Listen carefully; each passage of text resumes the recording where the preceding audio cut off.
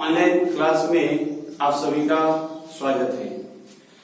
कल हम लोगों ने पढ़ा था मानव भूगोल, प्रकृति एवं विषय क्षेत्र, जिसमें सबसे पहले हमने भूगोल शब्द के बारे में पढ़ा था, जिसको हमने दो शब्दों से मिलकर के पढ़ा था, जियोग्राफी। जियो का हमने देखा था पृथ्वी और ग्राफी का मतलब होता है वर्णन करना। तो उसका शाब्दिक पूरा अर्थ नहीं तो पृथ्वी का वर्णन करना। उसके बाद हमने देखा था भूगोल को दो भागों में विभाजित किया गया है, जिसमें भौतिक भूगोल और मानव भूगोल। जो भौतिक भूगोल के बारे में हमने कल चर्चा की थी कि भौतिक भूगोल में पृथ्वी, समुद्र, जलवायु, मौसम, ऊर्जा, पवन, इन सभी के बारे में जो अध्ययन होता है वो सारा भौतिक भूगोल के अंदर किया जाता है। और उसका दूसरा भाग था मानव भूगोल, जो हमारी 12वीं क्लास के अंतर्गत सिलेबस के अंतर्गत जो मानव भूगोल की पुस्तक लगी है उसके बारे में हमने कहा था, जिसका मुख्य केंद्र बिंदु मानव के क्रियाकलापों को माना गया था। यानी मानव भूगोल का मुख्य बिंदु था वो मानव। आज हम उसको आगे देखा तो मानव भूगोल का जन्म लगभग 18वीं शताब्दी के पास में माना जाता है, और आज वही मानव भूगोल आधुनिक मानव भूगोल के रूप में हम अध्ययन कर रहे हैं। आधुनिक मानव भूगोल का जनक फ्रेडरिक रेटजेल को माना गया था, और रेटजेल की पुस्तक के बारे में बताया था एंथ्रोपोजियोग्राफी। और उस रेटजेल ने अपनी पुस्तक के अंदर मानव भूगोल की परिभाषा दी है। मानव भूगोल मानव समाज और धरातल के बीच संश्लेषित अध्ययन करना है। ये परिभाषा फ्रेडरिक रेटजेल ने दी थी। इसके अलावा कल हमने देखा था रेटजेल की शिष्या एलन सी सैंपल, और एलन सी सैंपल के अनुसार उन्होंने एक भूगोल की परिभाषा का एक विस्तारित रूप दिया था, जिसमें लिखा था मानव भूगोल संचल मानव और अस्थायी पृथ्वी के पारस्परिक परिवर्तनशील संबंधों का अध्ययन है। ये परिभाषा दी थी वो एलन सी सैंपल ने। अब हम उसी टॉपिक को आगे लेते हैं। तो एक फ्रांस के भूगोलवेत्ता हुए हैं जिसका नाम है विडाल डी ला ब्लास। ये फ्रांस के भूगोलवेत्ता हैं, और इन्होंने मानव भूगोल की परिभाषा दी है। मानव भूगोल पृथ्वी और मानव के पारस्परिक संबंधों का एक नया विचार देता है, जिसमें पृथ्वी को नियंत्रित करने वाले भौतिक नियमों तथा पृथ्वी पर निवास करने वाले मानव के पारस्परिक संबंधों का अधिक संश्लिष्ट ज्ञान शामिल है। देखो ये परिभाषा बहुत लंबी है, डरना नहीं है इसे, बहुत संक्षिप्त याद करने का।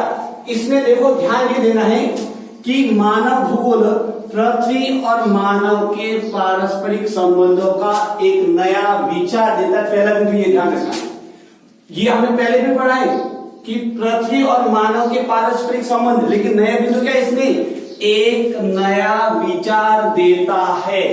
ये नई बात है इस परिभाषा के अंदर। दूसरा, तो ये दोनों के संबंधों का एक नया विचार देता है, ये सब ध्यान रखना। दूसरा कह रहा है जिसमें पृथ्वी को नियंत्रित करने वाले भौतिक नियम। अब आपने देखा है कि पृथ्वी को नियंत्रित करने वाले भौतिक नियम कौन से, जो प्राकृतिक नियम है उनके बारे में, तथा पृथ्वी पर निवास करने वाला मानव के पारस्परिक संबंधों का अधिक संश्लिष्ट ज्ञान शामिल है। तो तीन बातें हुई इसमें। पहली बात ये हुई कि मानव के पारस्परिक संबंधों का एक नया विचार देता है। दूसरा, पृथ्वी को नियंत्रित करने वाले भौतिक नियम। और तीसरी बात हुई कि वहां निवास करने वाले जो मानव के पारस्परिक संबंध है, इनका संश्लिष्ट ज्ञान जो है वो मानव भूगोल कहलाता है।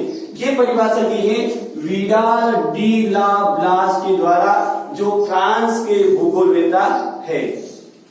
चलो आगे चलते हैं। एक और भूगोलवेत्ता है जिन्होंने परिभाषा दी है, डीकेन व पिट्स ने। इन्होंने मानव भूगोल की परिभाषा दी है कि मानव भूगोल में मानव और उसके कार्यों को शामिल किया गया है। अब देखो इसका एक छोटा सा प्रश्न बनता है कि मानव भूगोल में किसको शामिल किया गया है। प्रश्न बनता है, कई बार बोर्ड एग्जाम पूछा गया है कि मानव भूगोल में किसको शामिल किया गया है, तो उसमें आएगा मानव भूगोल में मानव और उसके कार्यों को शामिल किया गया है। प्रश्न ये बनता है कि डीकेन और पीट्स के अनुसार मानव भूगोल में किसे शामिल किया गया है, तो मानव और उसके कार्यों को। ये थी कुल अपनी जो मानव भूगोल की परिभाषा है जिसको हमको याद करनी है। एक बार इसका स्क्रीनशॉट लेकर के, तो अपन ने अभी देखी जो परिभाषा है, जो सबसे पहले रेडजेन की परिभाषा देखी, फिर उनकी सिंसियरिटी एलन सैंपल की परिभाषा देखी, उसके बाद में अपने जो परिभाषा देखी वो विडाल डी ला ब्लास की परिभाषा, और उसके बाद में डीकेन की जो परिभाषा उसके साथी की परिभाषा वो हमने देखी। कल हम लोगों ने उसके बारे में और जो चर्चा की थी, कुछ ऐसी विचारधाराएं जो भूगोल के अंतर्गत इन भूगोलवेताओं के द्वारा दी गई, तो उन विचारधाराओं पर अपन थोड़ा सा और ध्यान देते हैं। तो कल अपन देखा था कि सबसे पहले जो विचारधारा थी वो निश्चयवाद या उसको हम नियतिवाद के नाम से भी जाना जाता है। अब देखो इस नियतिवाद नाम से सीधा सा अपन देखते तो पता लगता है नियति का सीधा सा मतलब होता है प्रकृति, और वाद का मतलब होता है कि प्रकृति की विचारधारा, या जिसका अपन कह सकते हैं प्रभाव, वाद को प्रभाव भी कह सकते हैं, ठीक है ना। तो नियतिवाद यानी प्रकृति का प्रभाव, यानी हम लोगों ने देखा है कि पहले जो आदि मानव था, जिस समय भूगोल की 18वीं शताब्दी में प्रारंभ माना जाता है, उस समय जो प्रकृति का प्रभाव अधिक था और मानव का प्रभाव कम था।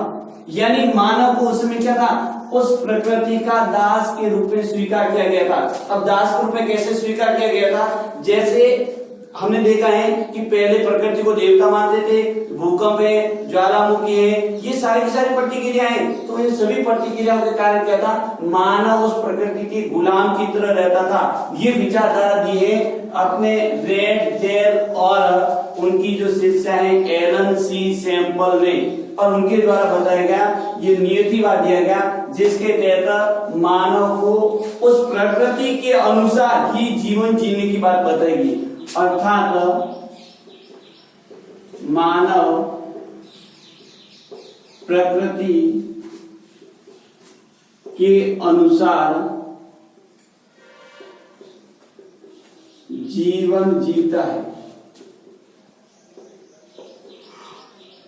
अब एग्जाम के अंदर प्रश्न बनता है कि किस विचारधारा के तहत, किस वाद के तहत प्रकृति को अधिक प्रभावशाली माना गया है, तो वो है नियतिवाद या निश्चयवाद। दूसरा इसके अंतर्गत आता है संभववाद। अब देखो संभववाद के अंदर क्या किया गया, ये जो विचारधारा है वो विडाल डी ला ब्लास जो फ्रांस के भूगोलवेता है, उन्होंने इस विचारधारा को दिया।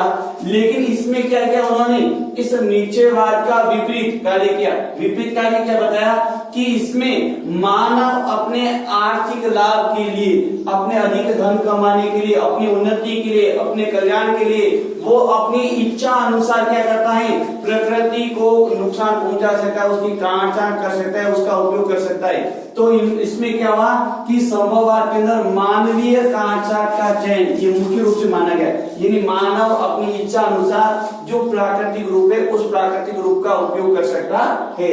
तो ये बात जो है वो संभववाद के अंदर भूगोलवेता विडाल डी ला ब्लास के द्वारा बताई गई, जिसमें प्रकृति का, देखो इसकी परिभाषा के रूप में कि संभववाद में प्रकृति का मानव द्वारा अपनी उन्नति, अपने कल्याण हेतु अपनी इच्छा अनुसार प्रयोग करना, ये जो है वो संभववाद के अंतर्गत बताया गया है। फिर तीसरा एक और जो अपने अमेरिका के भूगोलवेता है, उन्होंने एक नया जो विचारधारा दी है वो है रुको और जाओ। रुको और इंग्लिश कहते हैं स्टॉप एंड गो। इस विचारधारा के अंतर्गत उन्होंने क्या किया, इसका दूसरा नाम ये बताया नवनियतिवाद। यानी पहले ध्यान रखना नियतिवाद और नवनियतिवाद। अब ये ग्रिफिथ टेलर ने बताया अमेरिका के, इन्होंने कहा कि हम न तो आपकी बात को स्वीकार करते हैं इनकी नियतिवाद की और न ही हम संभववाद की बात मानेंगे, हम दोनों की बात। जब किसी का झगड़ा होता है ना तो उसमें समाधान कैसे होता है, जब तीसरा व्यक्ति आकर के समझौता करता है तब। तो यह उनकी विचारधारा में ये बात आई कि अब नव नियतिवाद में कह रहे, ग्रिफिथ टेलर कह रहे हैं, देखो टेलर का एक काम ही होता है, क्या होता है, जो कपड़ा होता है ना उसको काटते हैं, काट करके उसको जोड़ते हैं, यानी दो टुकड़ों को जोड़ना, ये टेलर का काम। तो उसके अंदर उन्होंने इस विचारधारा में क्या किया, नवनियतिवाद, यानी उन्होंने सामंजस्य करना, जोड़ना। तो उन्होंने कहा कि इसमें तो प्रकृति को प्रभावशाली माना है और इसमें किसको, मानव को। तो ये कह रहे हैं न तो प्रकृति प्रभावशाली है और न ही मानव प्रभावशाली है, यानी दोनों पर सामंजस्य पर जोर दिया गया है। वो विचारधारा कौन सी है, ये नवनियतिवाद, यानी रुको और जाओ। इसमें न तो प्रकृति पर विजय प्राप्त करना है और न ही प्रकृति की दासता को स्वीकार करना है, यानी दोनों को इन्होंने क्या कहा है, एक दूसरे का सहयोग करना, मानव को प्रकृति का सहयोग करने की जो विचारधारा है वो इन्होंने, जो ग्रिफिथ टेलर ने अपने रुको एंड जाओ या नवनियतिवाद के अंतर्गत दी गई है। ये था हमारे आज का जो टॉपिक है। अब एक मैं आपको छोटी सी बात बता रहा हूं सभी विद्यार्थियों को, कल से हम लोग एक जूम ऐप के तहत ऑनलाइन क्लास में उपस्थित रहेंगे। तो सभी विद्यार्थी, आपको अभी विद्यालय की ओर से लिंक भेजा जा रहा है और आप उसको डाउनलोड करना और उसके साथ में हम लोग आईडी और पासवर्ड भेजेंगे और उसका तय समय जो हम आपको बताएंगे, इस समय आपको एक्टिव होना है, उस समय आप उस ऐप को ऑनलाइन क्लास के लिए सभी तैयार रहेंगे। कल से हम लोग ऑनलाइन क्लास के अंदर तय समय के अनुसार उपस्थित रहेंगे।